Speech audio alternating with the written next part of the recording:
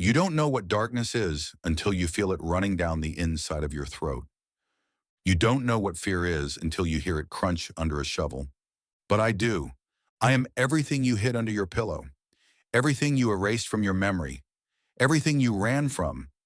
And now I come for you, slowly, hoarsely, with blades for fingers and dirt under my nails. I was once a man. My name sounded like everyone else's, Freddy. But people decided that you can burn away fear if it lives in the body. They set me on fire thinking that fire cleanses, thought that the dead would not return, and I came back. But not as a man anymore. I became part of dreams. I am a shadow in the background of your brain.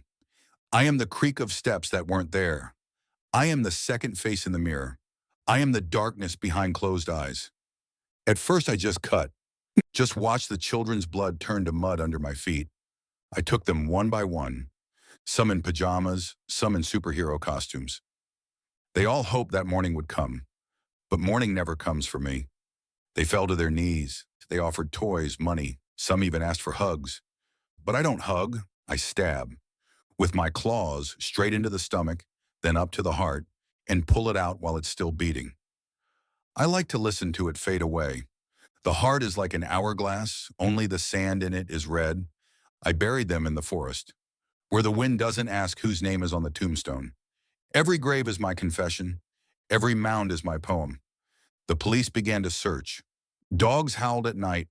Officers disappeared in their sleep. Their wives found them with their mouths turned inside out, their eyes full of sand. Dreams became a death zone. They created an entire unit. Nightmare hunters, armed doctors, psychologists, special forces. They hooked up children to machines, tried to keep them awake for weeks. But the brain is weak. Sleep is not a choice. Sleep is a necessity. And when they fell asleep, even for a second, I was there. And in that second, I tore them apart. Sometimes I killed quickly, sometimes slowly. I took them by the hand, led them down a long corridor, made them look out the windows. And outside the windows are their houses, their families. They screamed, tried to call, but the tongue was already cut out. And I showed them that they had betrayed themselves. They fell asleep. They let me in. I don't barge in. I enter like smoke under the door, quietly and tenderly, with a smile. Jennifer, agent. Remember her? Smart, strong, the great hope of the police. She came into my dream, or rather, I let her come in.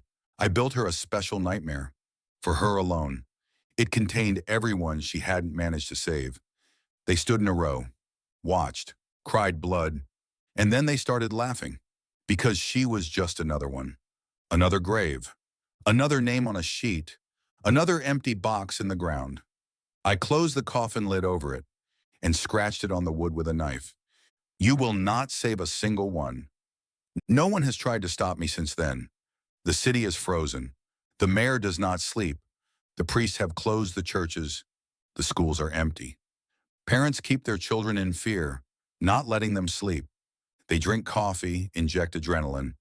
But fatigue is stronger than will. And when the eyelids fall, when the mind sinks, I am there.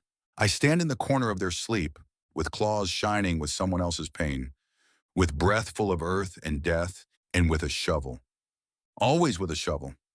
You think I won't get to you? You think you're special? You're just the last one for today, the last one I'll bury. You're already yawning. Your eyes are tired. The pillow is calling. Sleep. Let the earth above you be light. Although I can't promise, I like to dig deeper.